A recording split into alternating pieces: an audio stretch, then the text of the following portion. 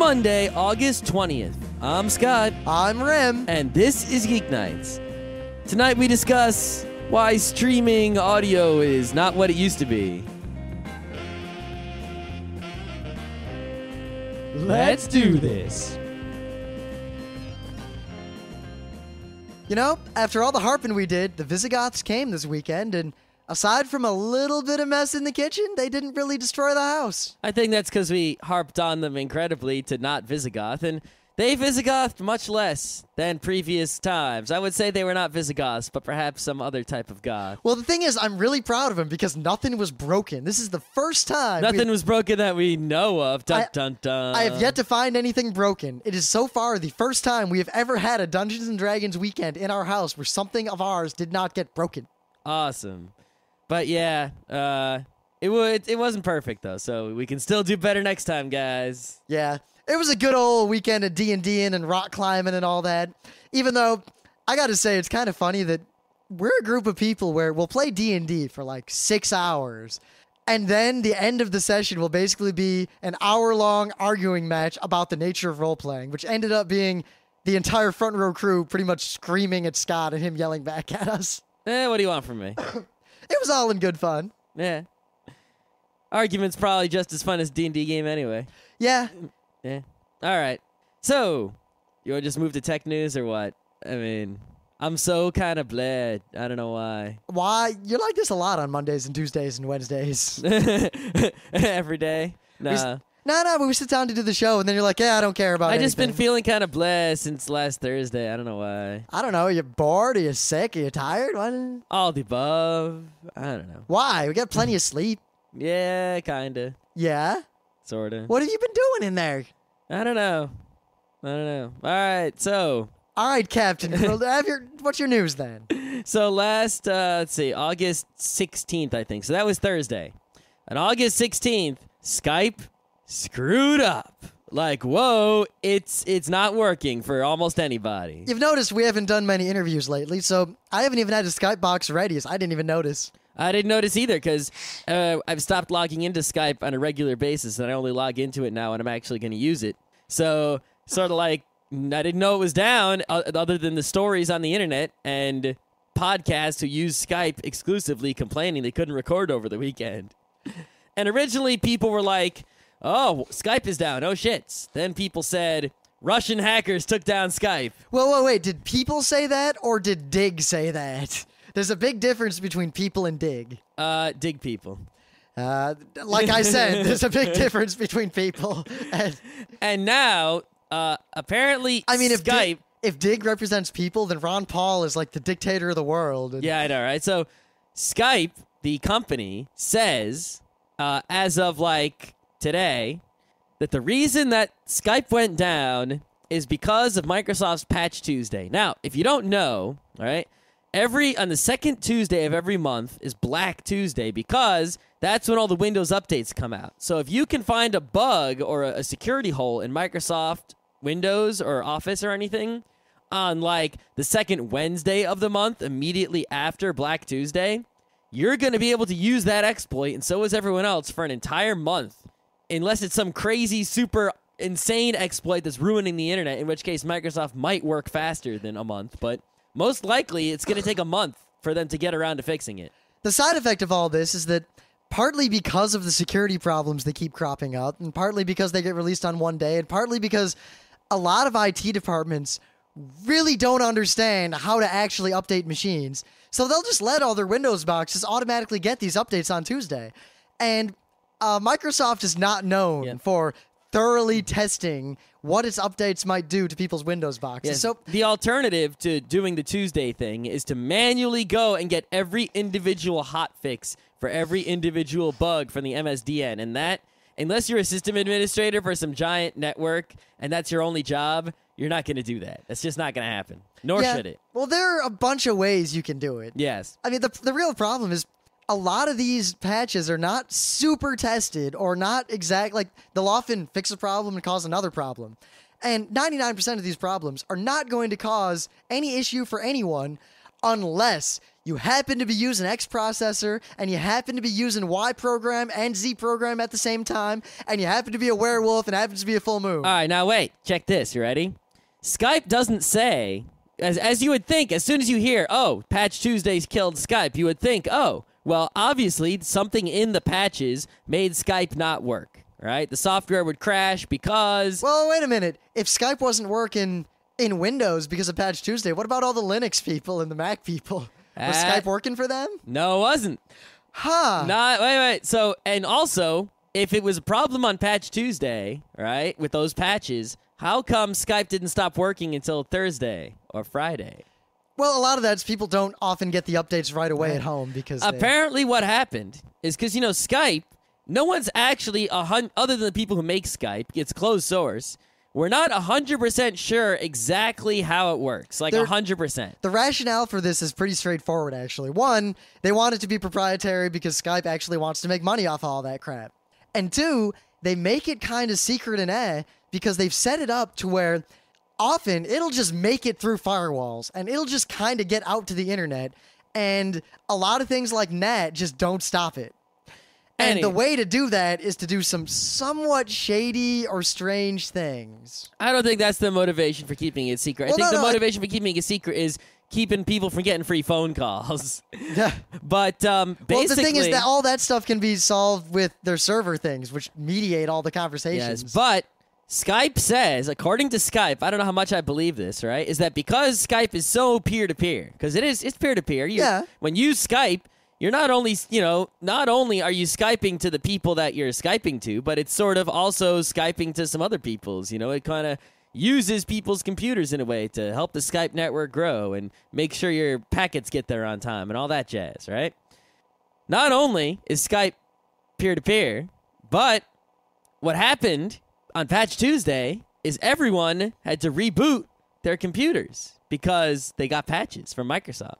And thus, all these Skype clients that were just sitting online went offline. And some of them didn't start up again.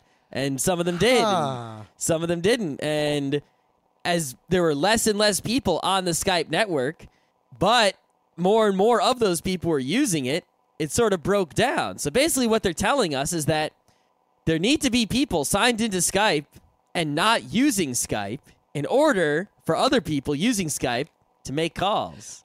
Well, if that's the case, then fuck Skype. I'm not going to leave the Skype client open, hogging my bandwidth. Yeah, but so when a bunch of people sign off of Skype, and then a bunch of people sign back in suddenly when, the automatic starts up, that sort of did a little denial of service on their server of all these people trying to log in at once. I'm still dubious of that because Patch Tuesdays happen often, and this is the first time this has happened. I know, but that's what they say. I call bullshit. I also call bullshit. I call bullshit on Skype, and I call bullshit on Russian hackers. Yep.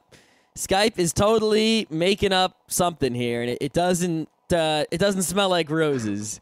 I mean, theoretically, it could be possible for a Windows update to cause a problem whereby Windows machines would send data to the Skype servers in a way that caused a problem. But the odds of that are pretty damn low, and someone would have noticed. Because if I couldn't get Skype to work and I needed it, I'd open up the Ethereal and start looking at Packet or the Wireshark, and I'd start poking around at it and looking at my firewall logs and my NATs and everything. And yeah. Basically, the only other thing they say is that the issue has been identified within Skype, and I guess they fixed it, maybe? Yeah, whatever. Yeah. It is my opinion that Skype just screwed up, and they're trying to cover up for it by blaming the big old bad Microsoft. And not that I love Microsoft, but a lot of people blame them for a lot of things that it's not always their fault. Yeah, but so Skype, it had a problem in it. It went down. A little cover-up action, and it's back up now. What you gonna do? There's no real alternative so much. So, as you all know, I used to work at IBM, and one thing that was kind of cool about IBM is that there was a lot of community service and things that we could do in the company that weren't our job, but yet we could do them on company time and be paid just as much for them. And a lot of it was like donations and charity work and community service stuff. And there was an article on Dig today about one of these things, and I remembered it because I've actually done this a couple times, and it was kind of cool. So I want to talk about it a little bit because it brings up a lot of issues. But IBM has this program called Excite, Exploring Interest in Technology. Excite, like the website? And Engineering. like ex.i.t.e. Oh, okay. And what it is they get schools, like schools for young kids, not super young kids, but, like adolescent kids, girls only, to get the day off of school or the week off of school, come to whatever IBM site is near their school, and have female engineers and female scientists and female computer technicians and male ones who just know about stuff, and also because there aren't that many women in engineering anyway. So Maybe that's why they're doing something like this. Well, that is exactly why they're doing it. But basically, we'd set up science experiments and fun stuff and try to come up with ways to get these kids, like, to basically show kids like this that, you know what? Physics is actually kind of cool. Check it out, liquid nitrogen. Check it out, exploding sodium. Check it out, Pine Box Derby cars. Oh, yeah, Pine Box Derby cars. And some people argue on the internet, there's the flame war happens every time there's stuff like this, that, oh, it's sexist. But I'm actually of the opposite mind. I think that programs like this in general, not just the ones that are, we have to get women into the sciences, but just the trying to get any kid interested in anything that is in any way productive, especially when they're young, is a good thing. Well, I think that generally we have this problem where obviously, look at the statistics, right? There are less girls interested in science now than the guys. That's how it is. It's always been that way. Well, no, you look at like the early days of like computer science, you go to like those old UNIVAC computer labs, and there were a lot more ladies there percentage-wise than there are now. You know the reason for that, right? No. It basically came down to the fact that most of the telco switching operator type people who ended up working with early computers happened to be women because that was a job that women did. And most of the other people who ended up working with computers early on were secretaries and all the people who generally were women who did that kind of work. And computers, no, but I mean, there were a lot of women programmer computer scientists early on. Because they got into that, but there were a lot more men. Anyway, the point is that we don't know why. It could be some sort of genetic thing. It could be a biology thing. It could be a psychology thing. It could be an environmental thing, a society thing. I am of the mind that it's pretty much entirely societal. That's my guess. It looks like a lot societal to me because other countries don't have this problem as much as we do. Like, look at India. You got just as many women doing the computer thing as the guys. Yeah, and also, to be honest, I mean, I've worked... The women in the tech fields are just as competent as the men. It's not like it's any different at all. Yeah, I had a lot of my CS teachers in college were female and didn't really think anything of it. And they knew more than I did. That's why they were the teacher and I was paying. But there's a much greater thing than this I want to mention. That one, just you got to get kids interested in science at all because kids generally these days aren't interested in these things. People aren't interested in science. Well, yeah, but I don't know how because it's really cool. And maybe kids who don't get like, oh, books are crap and they don't want to read them and they don't want to be at school. Read a book. Read a book. They don't think about the fact that, you know what? Black holes and all that business are kind of cool and scary. Wouldn't you like to know more about black holes and space stuff? I don't know. Or science or blowing things up or... When I was a kid, we used to go to the Science Museum like every year with school, and Science Museum is always cool. Oh, science museums were like the best things ever when I was a kid, even though all the exhibits... And there's like a zillion of them everywhere. Every exhibit you could touch was always broken because kids just destroyed it. Only some of them were broken. At the good science museums, the fancy big ones, the stuff wasn't broken. Well, I went to the Detroit Science Museum, which while it's big and fancy... Things got broken often. Good science museums equal the Boston Science Museum, high quality. The Natural History Museum. Oh, the Natural History Museum. The only reason I don't go there anymore is the Liberty Science Center, high quality. I've spent many hours in that museum, and I've looked at most things they've got. Yeah, the Liberty Science Center, I heard from one of our listeners, actually, that it just reopened. Like, I went to it when I was younger, and I guess it closed, which I didn't realize. And I guess it just reopened, which I didn't even realize was closed. And you should go there. You can actually see the Statue of Liberty from it. It's in New Jersey, and it's a really cool science museum of awesome. But on a broader scale, it seems like there are some companies, like I'm talking about megacorps, like the big iron companies.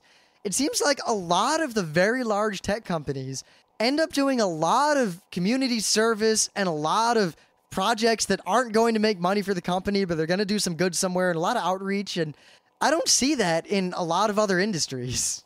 Oh, how many other industries have you worked for? Well, just reading things, like I look around the internet and I see like there's always the press release of this company's doing this and this company's doing this.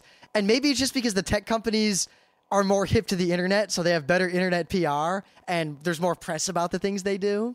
That probably is it, because if you look around, basically all big companies have sort of been sold on this idea, maybe true to some point, I don't think it's entirely false, that you have to sort of do all these goodwill charity sorts of things to get better public opinion of your company. So big companies are doing that stuff all over the place. But it's only like the super... I mean, little companies do a lot of local stuff, and super big companies do a lot of stuff.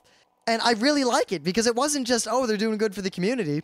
From a purely just money-grubbing standpoint, it really improved the morale at IBM when we did stuff like this. The fact that because you get to do something that does not work. Yeah, but the thing is... You could have been doing anything that wasn't work during work time, and morale would have been improved just as much. But I feel like if companies, if they do this, I mean, if they just let me go home, morale would go up. But if they let me do this, morale goes up just as much, and that's why Google lets you do whatever you want 20% of the time. Yeah.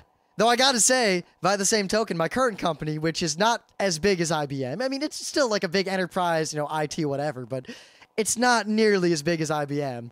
The idea, the sheer possibility of me being paid for a minute of work that is not a billable hour that is going to generate revenue, it's not even laughable. Like, they can't comprehend that. Yeah. What they do every year is, hey, donate a bunch of your check to charities. Here's the form to fill out. IBM is like, this Friday, we're all going to go to inner city schools and teach kids about science. Well, because the thing is, IBM just has so much money. Yeah. Whatever.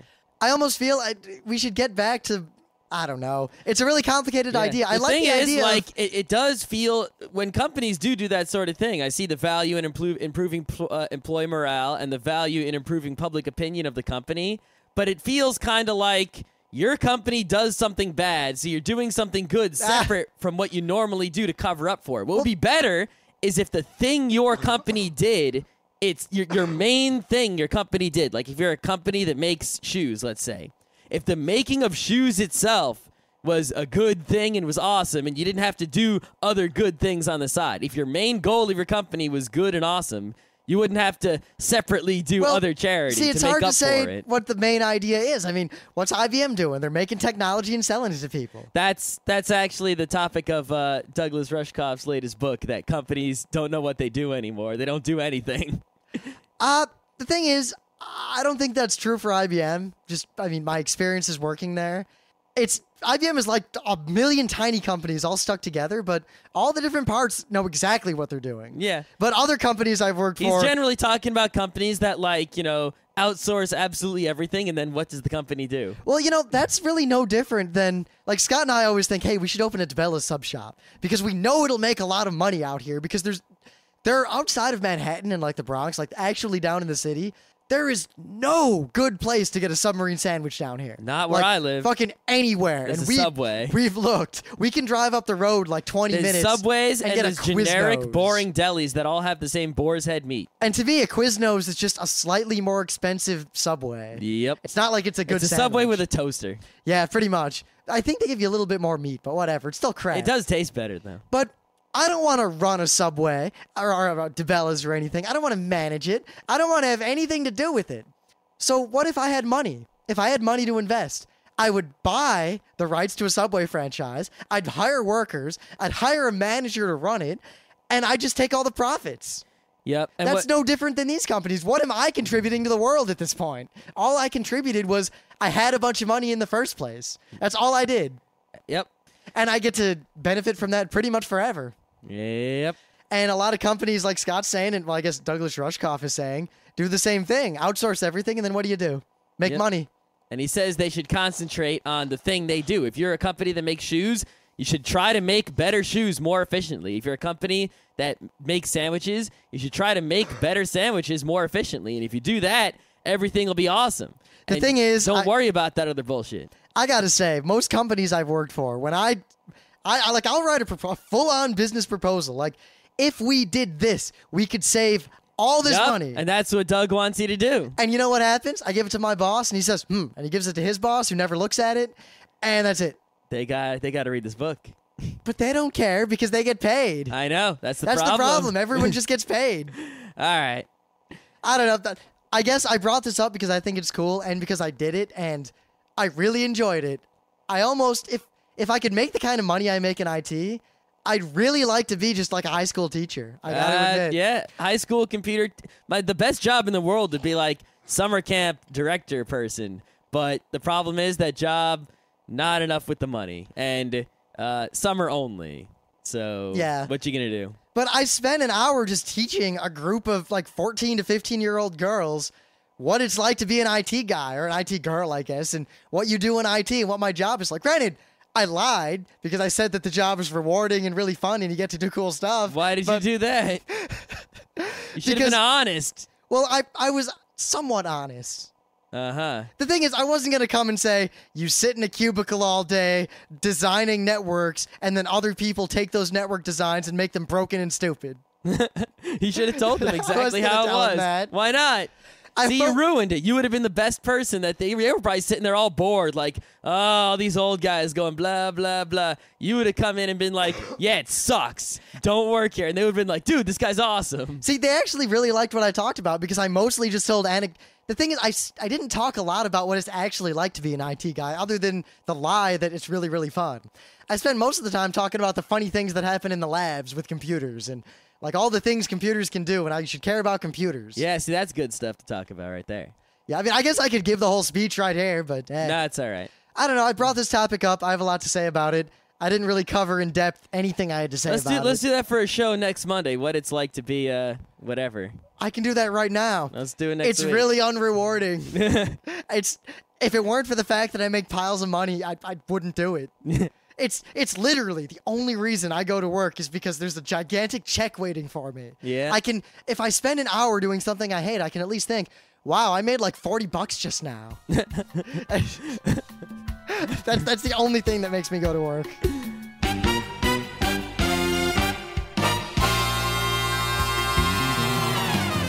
Anyway, it's time for Things of the Day.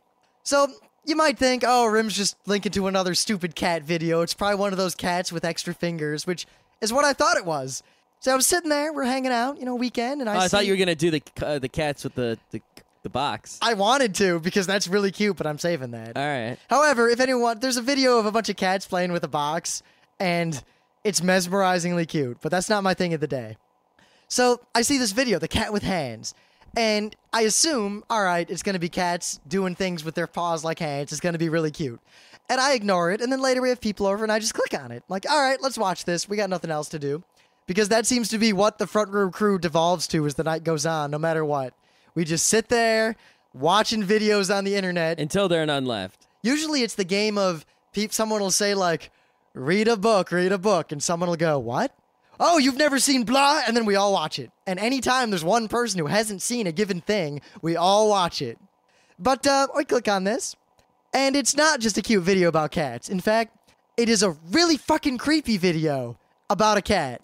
It's a short movie. It's like a short Yes. film. It's like a few minutes long. Just watch it. It's really cool.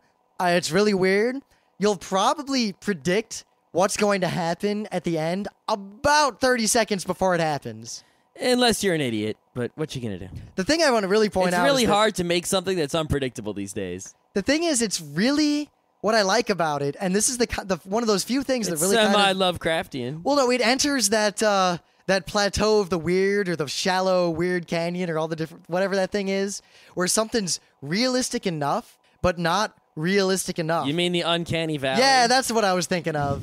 Okay. Because the little kid in the flashback part is realistic, but really creepily realistic, and he's kind of just the way it's animated. It's sort of like a puppety clay. He's like a really intense shaking puppet, and that's that really unnerves me when I see that. It just didn't unnerve me that much, but it was kind of weird. I just kind of get shuddery when I see things like that. Yeah, uncanny valley is when, like, if you try to make a CG woman, but you don't make her so perfect that no one can tell, but you also don't make her so CG that it's obvious that she's CG. And it's sort of like not quite human. It's like this uncanny valley where they look uncannily realistic, but obviously not real. And then it kind of weirds people out. There's actually a psychological theory that the reason humans react to things that are so close to real but a little bit off is that it's kind of a defense mechanism against sickness and abnormal members of our species. And that if someone's really sick or deformed or has a mutation or anything is wrong with them, they'll be a little bit off. There'll be something wrong with them. And that sense of wrongness might be what we feel today, like a vestigial survival instinct. Sort of like how, if you've never seen someone with like elephantitis or gangrene, you'd be kind of like, Or also how humans tend to have a very strong, uncontrollable aversion reaction to anything that looks like yellow and pus or anything that looks organic and rotting, but yet we don't have the same aversion instinct to chemical-looking things or glowing, dangerous-looking things. Because back in the caveman days, anyone who didn't have that aversion got sick and died, and only the people who did have the aversion stuck around and made babies, and I actually participated Darwin was right. in a study about that at RIT where they showed us pictures of things, and we had to react immediately as to how scary it was to us. And by and far, things that were organic were a lot scarier than things that were dangerous and chemical looking. Yep. But anyway, I digress. Check this out. That's all I got to say. So, do you remember, like, when you were in school, did any of your science teachers have, like, glass jars with, like, some water and a piece of seaweed in them, and it, like, you were wondering, hey, what the hell is that?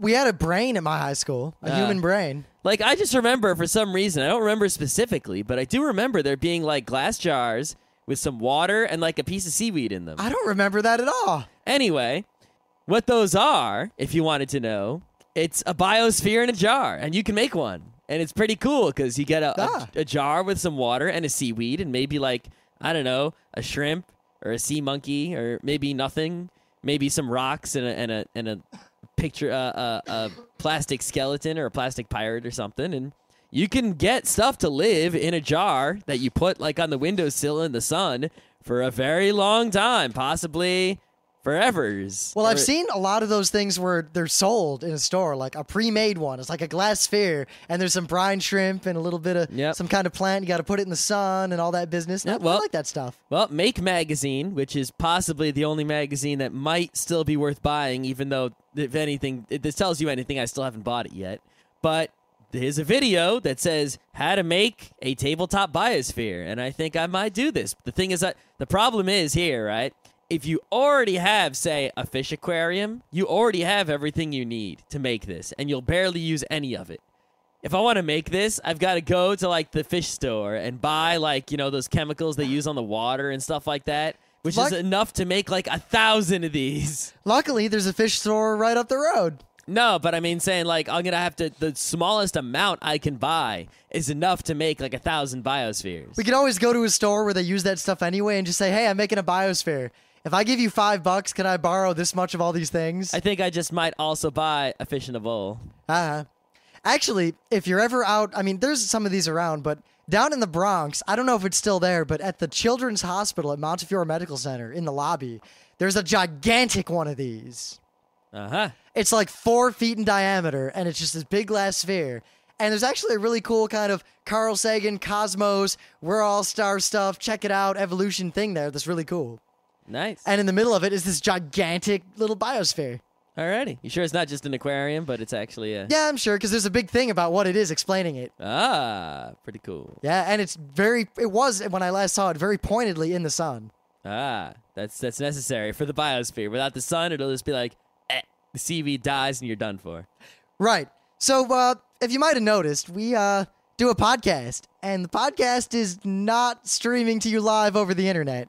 Well, basically what happened here, the reason for this episode, is that we did a podcasting panel at Kineticon, which I got to admit wasn't the greatest podcasting panel. Well, part of that was we didn't really care, and I think the real issue was that the entire audience already knew what podcasting was, but didn't want to do podcasts themselves, and they couldn't tell us what they wanted. Like, they couldn't even tell us why they came to the panel. Yeah. So we just kind of told stories and messed around in the front for an hour. Some guy was like, hey, talk about, internet radio and streaming radio. And we're like, we said, hey, that's irrelevant now. There's no reason for that. It only has 1 or 2 purposes, and then they're slowly going away, and they're going to go away big time. And he was kind of grumbly.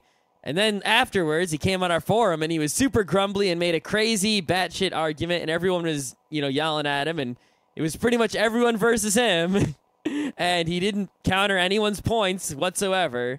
So we're lazy. We'll do a Monday show to talking about the streaming internet radio. Why not? Yep. This is, I guess, the one small drawback of being really active in the forums is that if there's a really big conversation in the forums, you're basically going to get the text version of Geeknights about that topic whenever we finally do it on the show. Yeah. Oh, well. That's all right. Also, I used to have an idea when we first did this show that I would never say something in the forum if I was going to talk about it in the show. And the forums were just going to be a community and a breeding ground for me to get ideas for the show. But now, I can't... if I see an argument in the forums, I can't just ignore it. Yeah. I got to go in there and fuck people up. All right, so streaming internet radio started, at least for me, I mean, I'm sure technologically it started in some labs, people figuring stuff out, but it really started for consumers with Real Player. Real audio. The way this worked was pretty much the same. The principle behind it was, even though the technology behind it was a lot shittier than it is now, the principle behind it was the same. You have a digital audio file in a real format. I guess now people use MP3 or OGG formats, or the same formats you download. And instead of letting you download the file, you save it and play it whenever you want, like you do with a podcast or an iTunes music song or something like that.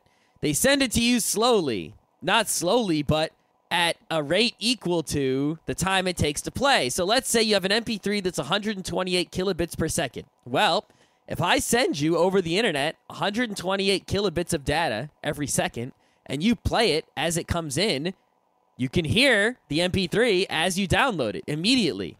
So if I talk into this microphone right now, and I have a computer that turns that into an MP3 as fast as it possibly can and sends it to you as fast as it possibly can, you can hear what I'm talking in relatively real time. Now, back then, this served a lot of different purposes compared to what that sort of thing would serve nowadays, or even a few years ago. Because back then, you couldn't really have sound on a web page other than, like, a MIDI file. And as a result, if you wanted to play an audio clip for someone, they had to download it. And they had to download the whole thing before they could listen to it. On a 14.4 modem. And they didn't want to save that file. They wanted to listen to it once because... on their tiny-ass hard drive. With their tiny-ass computer speakers. They wanted to listen to it once because it was part of the content you were giving to them at that moment. And or they wanted to listen to the radio when the radio was bad, or when the radio sick, the analog, terrestrial radio was sucking. They could listen to the terrestrial radio from around the world on their internet. Even though you couldn't really do that in the early days of real audio. Yeah, but you could kind of do it sometimes. In the earliest days of real audio, all it was, all right, I can go to this website, and they have clips from, I don't know, Les Miserables, like 14-second clips. And instead of downloading the thing for...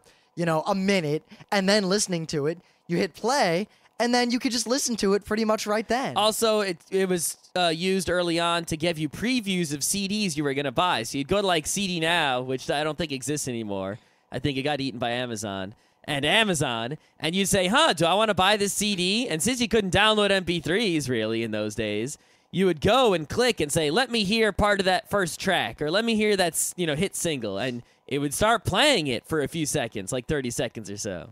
Now, this kind of streaming is still really important to the internet today because we consume a lot of media that we don't want to keep on the internet, not in real time, not live, but just there's a file out there like on YouTube, and I want to watch it. I don't want to have to download the whole thing before I watch it. I want to start watching it, but let it download in the background, things like that.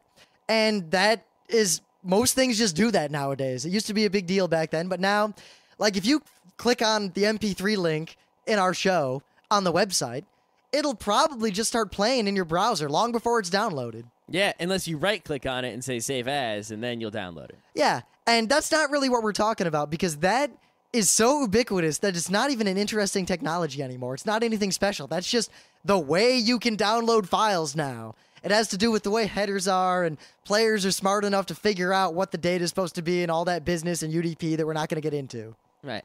What we're talking about is a technology that is actually pretty old and is now mostly unchanged, and is basically, most of it is based on Shoutcast, which is a thing that the Winamp guys kind of made. Yeah, Nullsoft. It really whips the llama's ass. Right. And what it is you have a server, a Shoutcast server. And whoever's running the Shoutcast server can put MP3s into it. They can put OGG into it. And I think you can just plug a microphone into it and talk. And they're sort of like a DJ. They're a DJ. They set up music or audio, and they put it into the server. And you connect to the server with your Shoutcast client.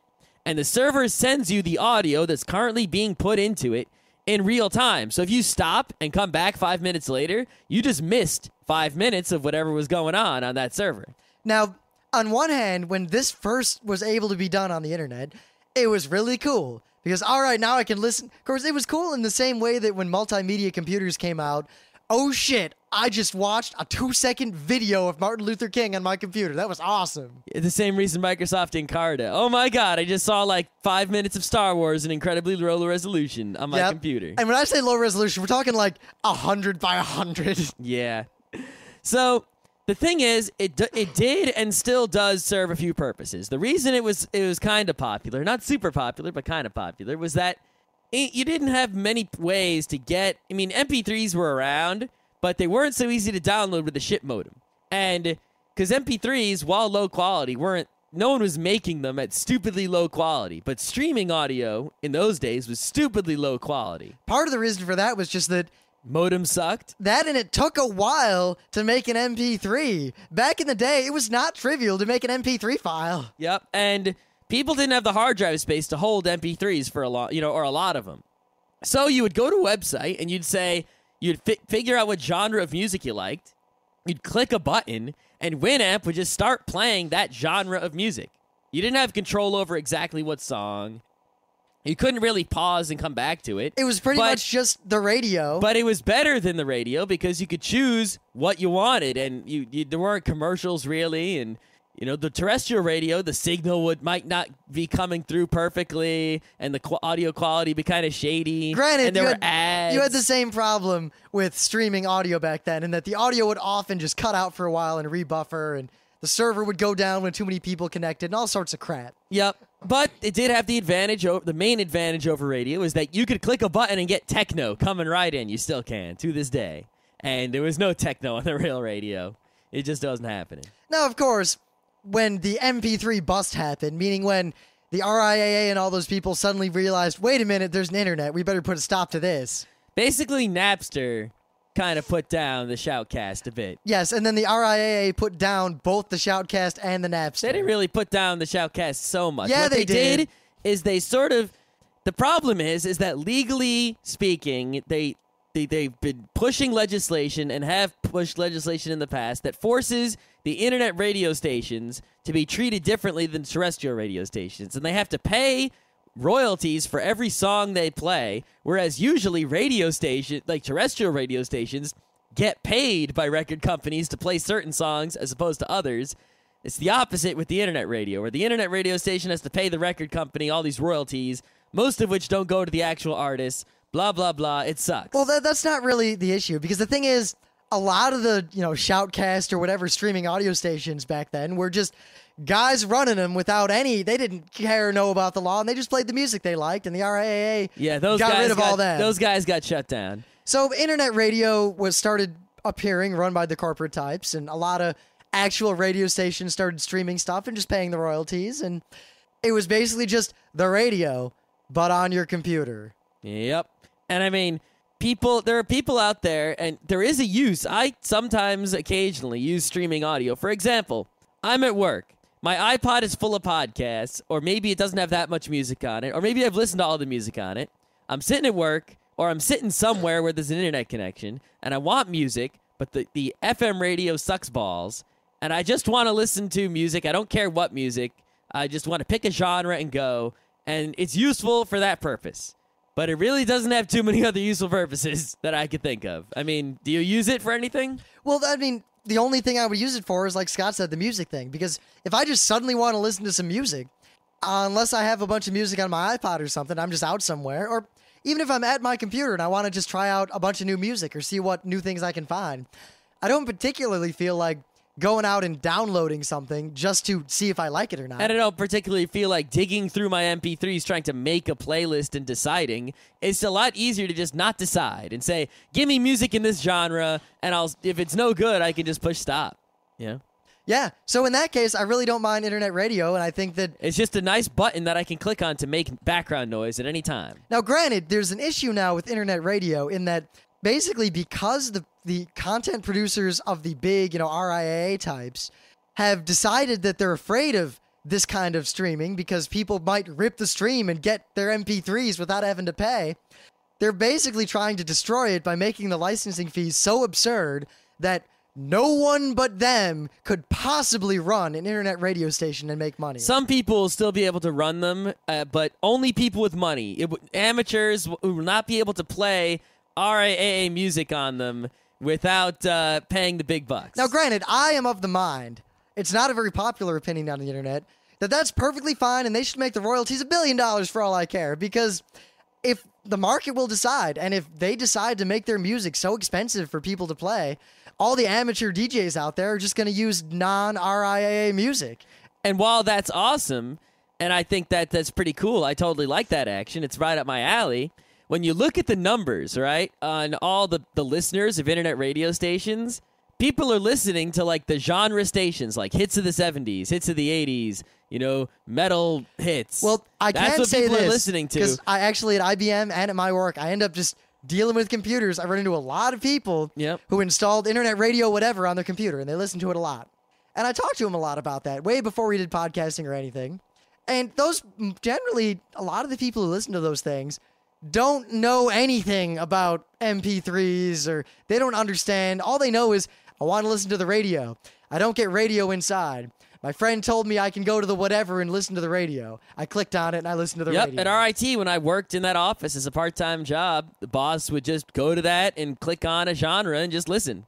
And if they start hearing weird Creative Commons, they're not going to, if a station's like, hey, Creative Commons, blah, blah, blah, and there's all these songs the person's never heard, they're going to be like, what the fuck is this shit? And you look at the listenership on existing stations that play only Creative Commons and free type awesome music, and while I might listen to those stations, the actual listenership is pretty low because I think, my guess, and I think it's a pretty educated guess, is that people who are savvy enough to know that that's a cool station to listen to are savvy enough to get podcasts, so they're not going to bother with the streaming radio business. Well, I think part of it is really, it still doesn't matter, because if people want to listen to, like, the normal whatever corporate RIA music, and that all those radio stations get added or stupefied or destroyed by the fact that the content producers want to make the royalties huge, that's a market that's destroying itself, and I don't really care. Yep. If they want it, they're going to have to pay for it. The point I'd like to make, though, is that people who are savvy, people who understand how this stuff works, people who understand what you're listening to a podcast, you understand a podcast, right? This stuff is not something this could go away entirely, and you probably wouldn't even blink. I mean, think about it. Especially for things like talk radio, which is what most podcasts are these days, and what a lot of the popular radio was too among geeks like us. Just a talk show that isn't just Howard Stern talking for 8 hours straight. You don't really want to jump in the middle and then leave in the middle. You don't want to miss whatever they're talking about because if you get out of your car to get gas, or because now you're at work and you got to miss like the 4 hours while you're actually doing work before you can listen again. Streaming anything like that is just stupid. I think actually is that a lot of those radio shows like Howard Stern are designed in such a way where you would listen when you get into your car and stop listening when you get out. And It doesn't really matter. And that's sort of changing as people try to listen to the entire things from beginning to end like their episodes. And that sort of format doesn't really work so well when someone's listening to your entire show. And now people are podcasting, making shows that are designed for you to listen to the entire thing and not designed for you to listen in and then cut out and listen in and cut out. And they're giving you the freedom to listen to only the episodes you want, only the parts of the episodes you want. Fast forward, rewind, stop, play, pause. They're carried around with you wherever you want. Listen to it on any device you want in all sorts of formats. Send it to your friends so they can listen to it too. You won't be like, hey, I listened to Howard Stern yesterday. You hear that funny joke? No, I didn't hear it. Oh, I guess you missed it. No, here, I'll play it for you. It's on my iPod. We can listen to it till the end of time. Once you have that, you don't go back. The same reason why you get a TiVo, you don't go back to just watching shit on cable. It just doesn't happen anymore. You got TiVo, game over. Once you get Netflix, Blockbuster is done. Now, some somewhat misinformed people try to make the argument that if someone's not willing to make time out of their day to listen at a designated time to a stream to hear something, then they obviously don't care about that. And the very clear rebuttal of that is, again, like Scott said, TiVo. The people who buy TiVos watch more TV than anyone. They love TV. And they watch more TV because now They don't have to schedule their lives around the stupid TV schedule. They watch exactly what they want whenever they want, and they skip the ads. I don't understand. So what, if someone is not willing to suffer and pay a higher price, it's basically like saying, hey, I'm selling this DVD for $20. If I raise the price to $30 and you don't buy it, you must just not love it that much, so you don't really like it. I was willing to pay $20 for it. I like it that much. It's like if someone isn't entirely devoting their whole life to something, they don't like it at all. It's not an all or nothing thing. People like something a certain amount. Some people like something enough to where they're willing to cancel the rest of their lives at a particular moment in time to watch it. Like someone likes the Super Bowl enough that they will schedule their whole day around it. Granted, at least I can say that for sports and live events, like the first time a human lands on Mars or whatever, anything that's happening in real time that matters in real time, and it matters if you know about it in real time, streaming is still really important for that. Yeah, but internet radio streaming isn't going to matter for those sorts of things. TV still handles those, and while I'd like to see TV go away, I don't see it going anywhere. Yep, and even for radio, I mean, if you want to listen to the sports game, you listen to it on the radio. You're not going to get streaming radio in your car over the internet. Actually, there is one thing. If there was a way for me to like stream audio or video of live sporting events on the internet, I am willing to pay a small amount for that service. However, I would pay actually quite a bit to be able to stream in high-definition hockey games over the internet. Well, I'd pay a lot of money for that. Yeah, Google Video was putting hockey games up, but they were in low resolution, and they were after the game, so I already knew what the score was. Now, after the game is fine for me because I don't bother reading the scores. I know. But it's live is just something else. But for hockey, I just want to see the game. The problem is, and I would rather see it live. Mm-hmm. The real problem was the resolution because hockey at low resolution, you can't see the puck. I mean, hockey on normal resolution, non-HD TV is the bare minimum. Yep. The thing is, I'm willing to pay for probably hockey, F1, and baseball, at least Mets baseball. The problem is, Major League Baseball does offer that. They charge a fuck ton of money for it, more than I'm ever willing to pay. Good God. I'd pay like $5 for the season. They're selling like a zillion. Let me go look up what it is. I'm not going to bother. It's a lot of money. I've looked it up before. Unless it's suddenly dropped, in which case, I don't know, but it's a lot of money. I could get cable television for that money. Why would I bother paying for streaming audio? Yep. And plus, I mean, you look at all the radio stations that offer bits of their content as podcasts, like Penn Radio or NPR or the BBC.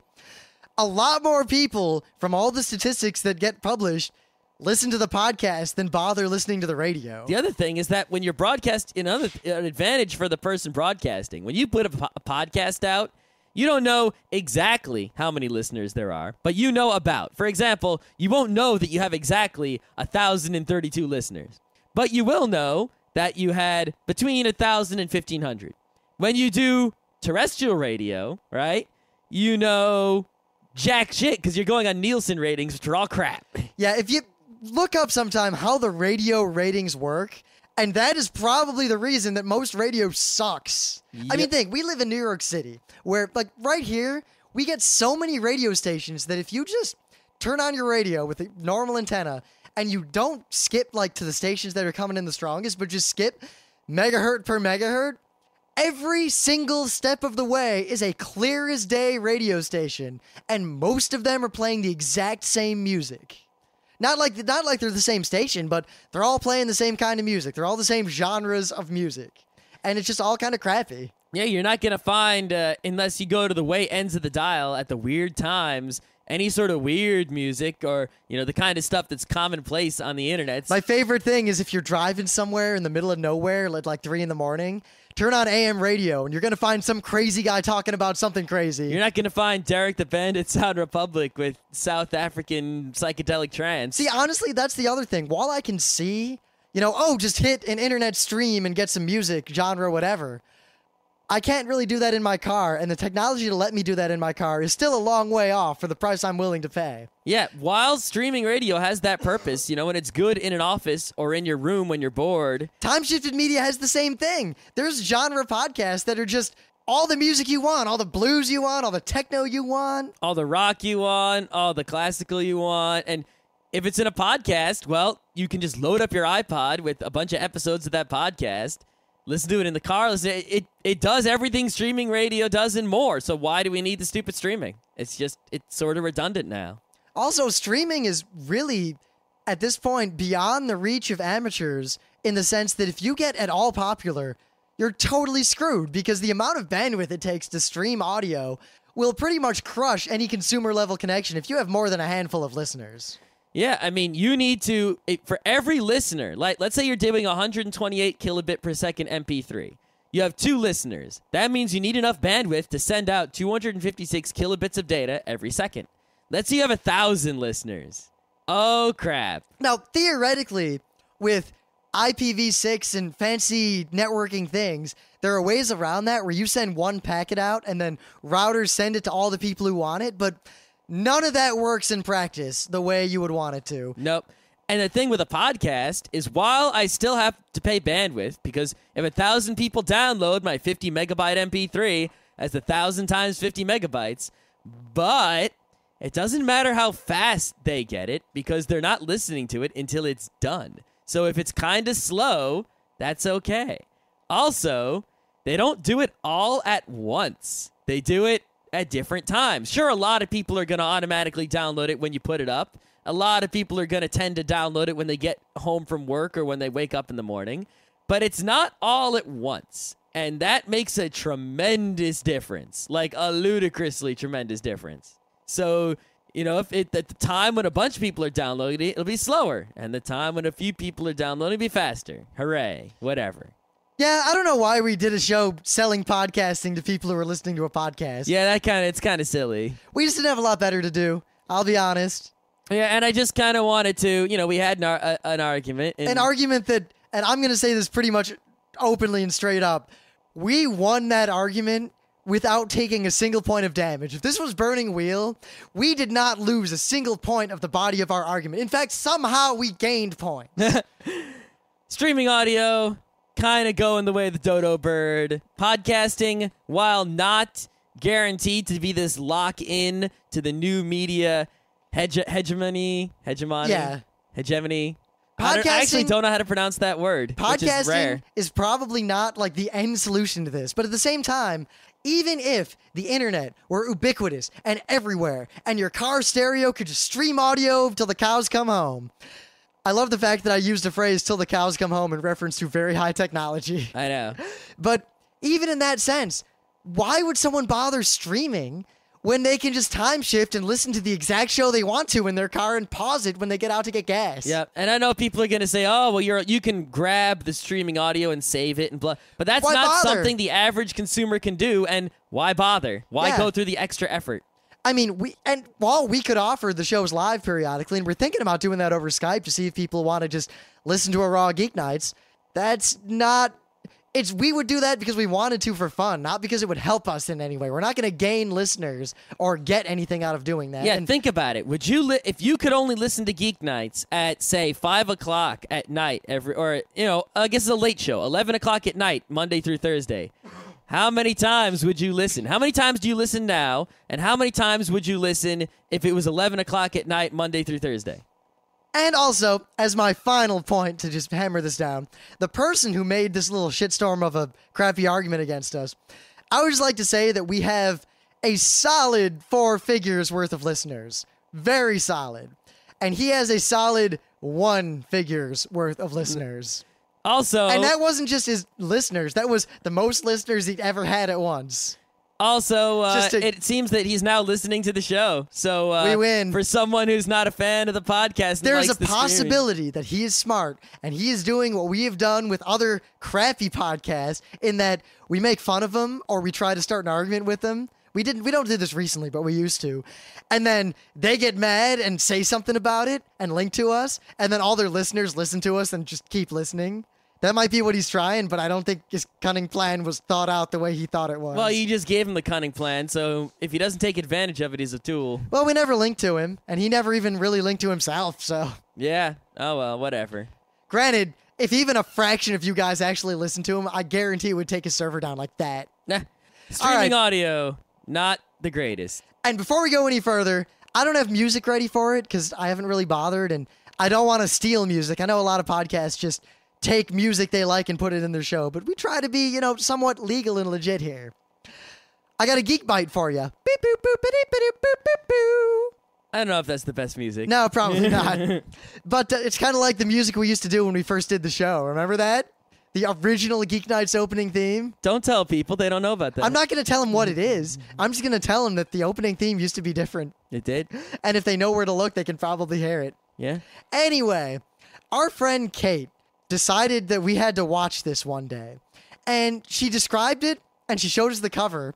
And all we could think, and I'll admit we were totally wrong on this, is that this is going to be some crap like Jane Eyre kind of, nobles and people talking to each other in the 1800s about the estate, and whatever will I do if I have to marry that dreadful Mr. Simpson? That's what I thought it was going to be, and thus, while we watched the early parts of it, I was busy reading some Tezuka manga, which I luckily had on hand. I believe it was Ode to Kirihito you were reading. It was. But when I finished it before this show finished, and thus I was saved. Now, the thing is, we watched it because, while it sounded like something we would hate, we trusted her and we watched it. And all I want to say is throw out anything you would think about something like this. And I'm going to tell you straight up that this is one of the funnier things I've seen in my life. It's pretty goddamn funny. I'm maybe not top 10, but top 50 easily. This is Horatio level of enjoyment here. It is. Somehow, there's something about it where it's based on novels, right?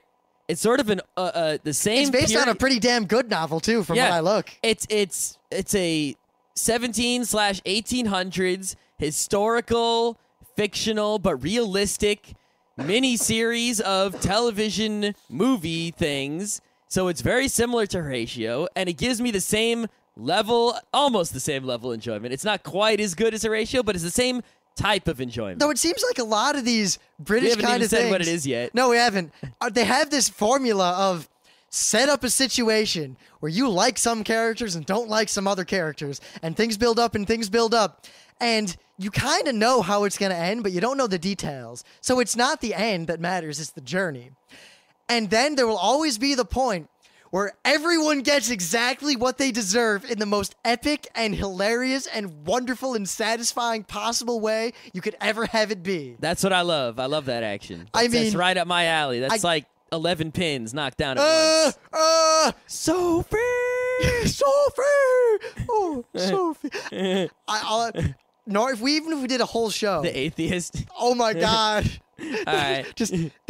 If we talked about Tom Jones, the reason we're not doing a whole show. It's called Tom Jones, by the way. Yes, this is an adaptation of Henry Fielding's Tom Jones. I'm linking to the exact Not thing. Tom Jones with the giant penis. No. Not that Tom Jones, the rake. It is the story. The Tom Jones with the giant penis is also a rake. Yes, but it is the story of a young man who is a ladies' man, but he's also a really nice guy, and you really kind of feel for him. Sounds a lot like the Tom Jones lounge singer with the giant penis who's a rake. And he likes a girl, and the world just pisses on him. But you know what? He never loses his optimism, and let me tell you, there are some funny fucking scenes in this show. Good God. The best is with the pistol. Oh, that is the highlight of the whole show. And the second best moment is the duel with the same dude who is in the pistol scene. Yeah. You know what? I'll ruin this one scene to give you an idea.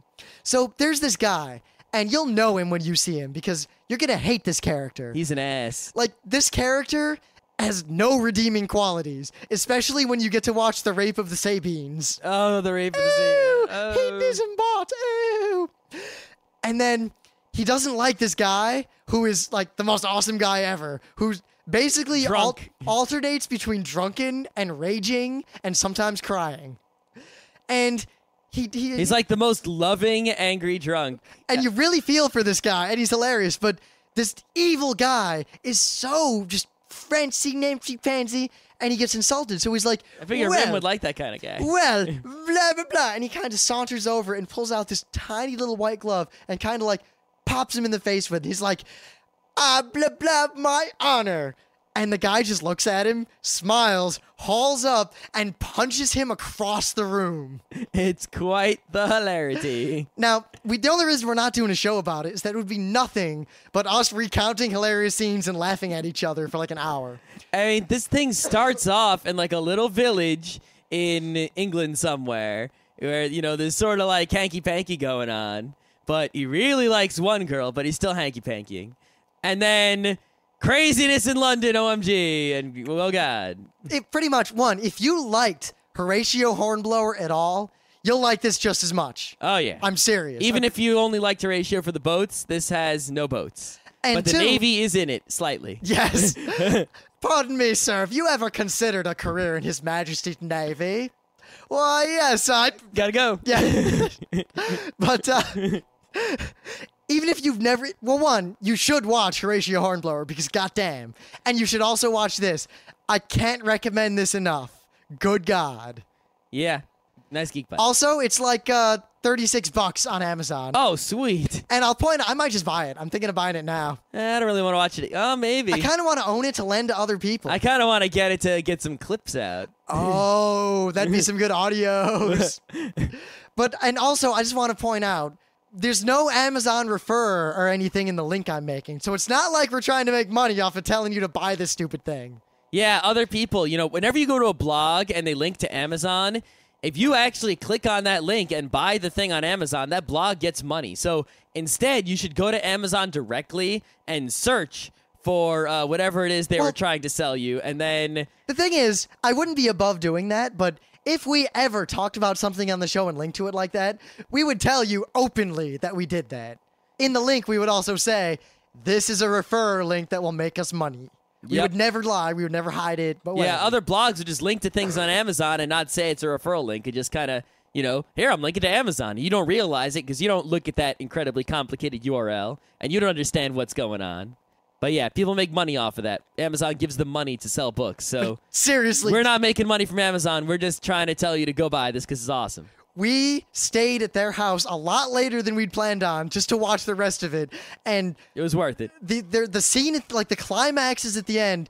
The yelling and screaming, it was Horatio level. And the pistol. Oh, the pistol. It was funny because the pistol was so small. It was so perfect. Also, the facial expression, so perfect. In like the first episode. Timing, so perfect. The show like goes in a direction. You're like, all right, I see the plot of this show. And then someone fucking dies. And the plot is not what you expected at all. And it's just great. It's the best. Okay, I think we're done. We're done.